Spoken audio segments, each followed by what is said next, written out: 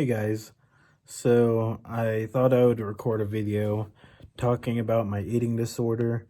I recorded this once, but it was really long, and I thought I could try and make it shorter because I didn't want to bore you guys. But when I make these videos, it's kind of therapeutic for me, but I also want it to relate to those of you out there who also have maybe are going through some of the things that I'm talking about, and maybe someday someone will watch this video and sort of relate and understand that they're not alone.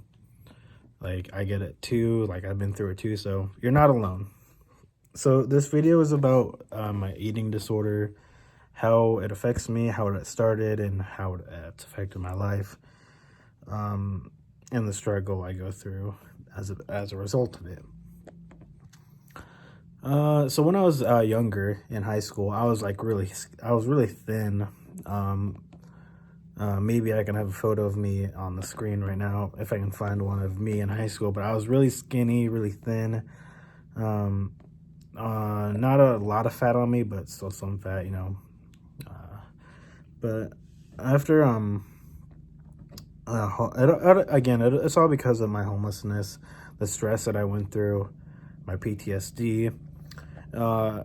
My eating disorder, I have an addiction to food now because it's something that developed over time, especially after I became I've made a lot of videos talking about my homelessness, but I haven't made a whole lot of videos talking about what my life was like after I became homeless, because the thing that ended my homelessness was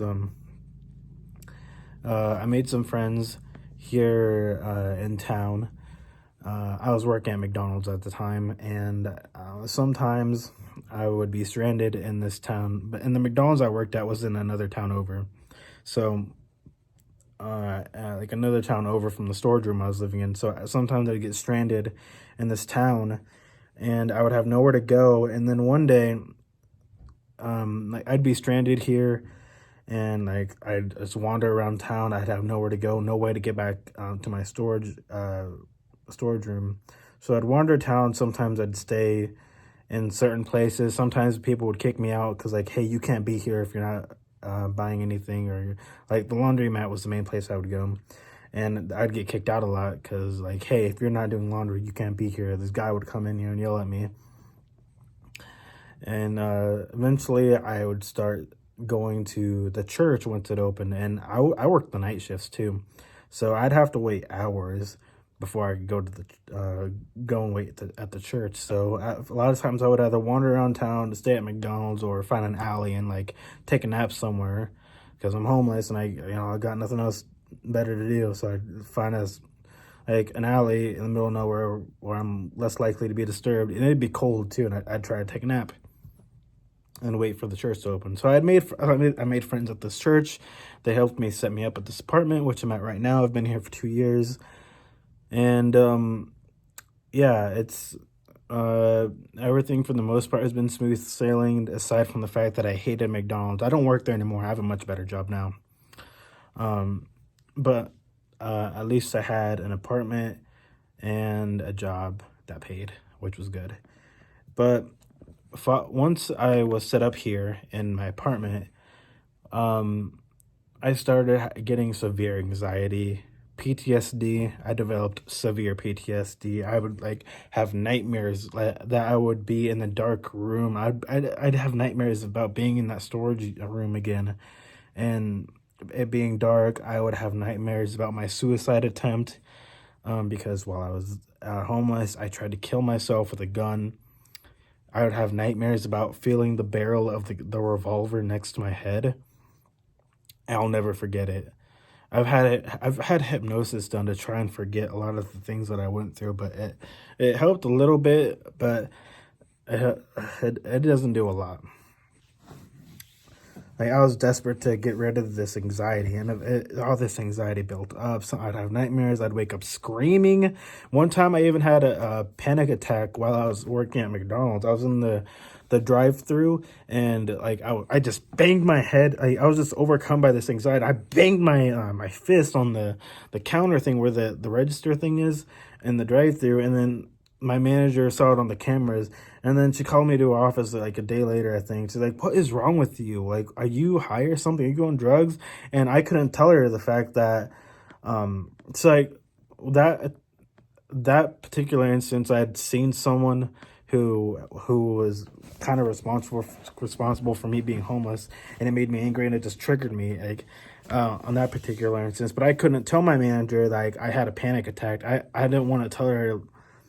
I didn't want to tell her that I had a panic attack and that I was having PTSD problems. And so I don't even know what I told her, but she was upset with me. But it would affect me at work too. And eventually I developed an eating habit, because I would stress eat. You know, food, it tastes good, it made me feel good, and so I would just eat and eat, and even if I wasn't hungry, I would eat. If I'm bored, I would eat. And it became, for the next like 2 years, and I just kept eating, and now I'm like 200 pounds, even though I used to weigh like 120 pounds, 138 pounds or whatever the hell, but I was skinny. But now I'm like 200 pounds, and I don't know, every time I look in the mirror, I am just so ashamed of what I see in the mirror. Like, even looking at me now, you can tell I look really different from how I used to look in my old videos. Like, if you look at my really early videos, I am, like, there's not as much fat on my face. And now, like, my face was a little bit more chiseled, but, I still had a little bit of fat on my face, and I wasn't perfect, or anything. But now, you can tell just how far I've declined. It's affected my health, too. And, I haven't, it's been a while since I've been to the doctors and been checked out or anything, but it wouldn't surprise me if I was on my way to developing diabetes. And I don't even know what diabetes does, or I'm not educated on diabetes. Maybe I should be, but I kind of don't want to know the answer, because it wouldn't surprise me if I was on my way to developing diabetes. I just know that you can get it if you eat too much junk food and all that. And it's anytime it's an addiction. Like, anytime I pass a restaurant, I try and tell myself, no, I can't, I don't want to, I'm trying to change. But then eventually I'd give into the temptation, and I would eat. I'd go to, like, fast food is something I do a lot. But yeah, this year though, the past couple of, the past half year, I've actually been trying to work out more. I would run around my apartment complex. I have some weights over there that I'll lift. After I do my run, I'll lift some weights. But it's hard for me to commit. Like, it's just so hard to commit, but I'm trying so hard to lose weight, and it's just like I'm stuck with it, Every time I give in to the temptation and eat something, even if I'm not hungry, I won't even be hungry, but I'll go out to fast food, or order fast food and eat. And then as soon as I eat the food, I'll just be so ashamed of myself. Like, I'm just so ashamed of my body, and like what I look like. But yeah, it's a struggle. It's a pain that it isn't like normal pain. It's just, it hurts, it hurts on another level. Seeing what I've become,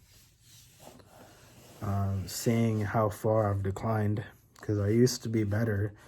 I used to be really skinny, actually, as a kid, growing up, I was super skinny. But one of the reasons for that, though, is because my foster family, as soon as they adopted me, they put me on like ADHD medication, which has a lot of severe. I'm totally against medicating children with like Adderall and things like that, because it has severe side effects that nobody talks about. So, like, one of the major side effects is hunger. It makes you not hungry. It makes you not want to eat. And so growing up, I wouldn't be hungry, so I wouldn't eat. And so as a result, I'd be skinny as fuck. That's a major side. That's a huge deal. And they would yell at me and hurt me, and they would like abuse me. and like you gotta take this. They like make me take it, and eventually it's when as I got older though. As I got older, eventually I would just stop taking it, and like I would like pretend to take it, but like flush it down the toilet, flush it down the sink or something, or throw it away later. You know, as I got older and I was able to think for myself. But that was like in high school when I finally decided to think for myself, because what growing up, the medication would like, not only would it like turn your appetite off, it would also like turn your personality off. It makes you it just the medication like that just shuts you down. But that's a video for another time. I'm totally against medication, like Adderall and medicating children on that stuff. Like I grew up on medication. I hated it. That's a video for another time, because I have a lot of opinions on that. Because medication really screwed me up a lot. Like a lot of those side effects. That actually, that's probably I'm probably still going through a lot of side effects from that, from all the drugs that I was made to take as a kid. The side effects are probably still affecting me to this day. But anyway, actually, it's probably part of the reason why I developed an eating disorder, because like as soon as I was kicked out of my foster home, I wasn't taking the medication anymore, and it's like since the medication would shut my appetite off, suddenly I'm not taking it anymore. Now my appetite is like up here, and like way up here. And so that's probably part of the reason why I developed an eating disorder, is because now suddenly I'm not taking this medication that's supposed to turn my appetite off. Suddenly I'm eating everything, and because I definitely started gaining weight after I stopped taking that medication. Whenever I was kicked out and I was made to be homeless. But yeah, eating disorders, it's not fun. It's an addiction. It's a real addiction, and they don't call it an addiction for nothing. Like food, it's just it's rough. I hate eating for the fun of it, but it's like I'm a slave to my temptation. I'm a slave to my temptation, and there's nothing I could do. It's like there's a monster inside of me that has to constantly keep eating, and sometimes the monster is just stronger than I am. But I'm trying, and hopefully, my goal is to, by end of this year, hopefully I can be at my goal weight. By the end of this year, 2021, the new year, Happy New Year. 2020 is over. Hopefully by the end of 2021, I can be at my goal weight of 130, because I think that's the normal weight for someone my height.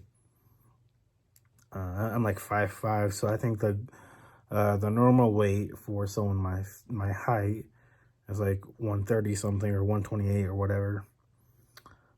But that's my goal weight. I just want to chisel down and try to finally take off the weight that I've put on over the years, but it's rough. It's not going to be easy.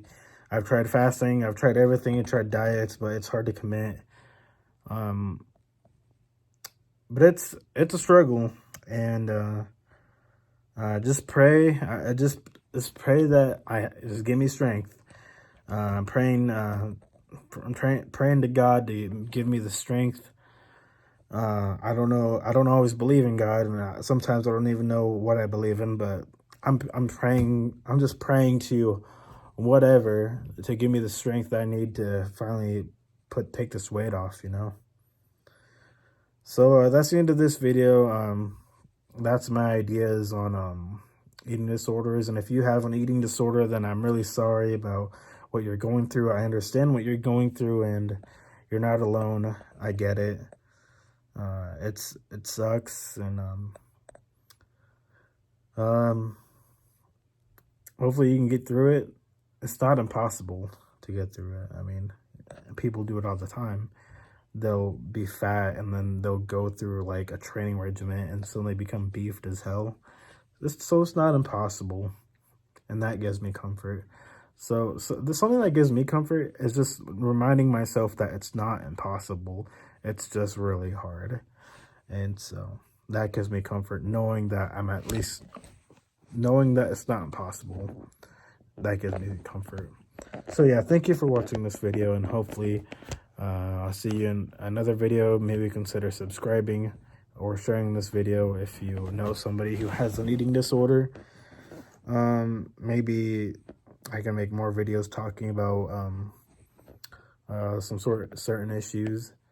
But yeah, thank you for watching, and I'll see you guys next time.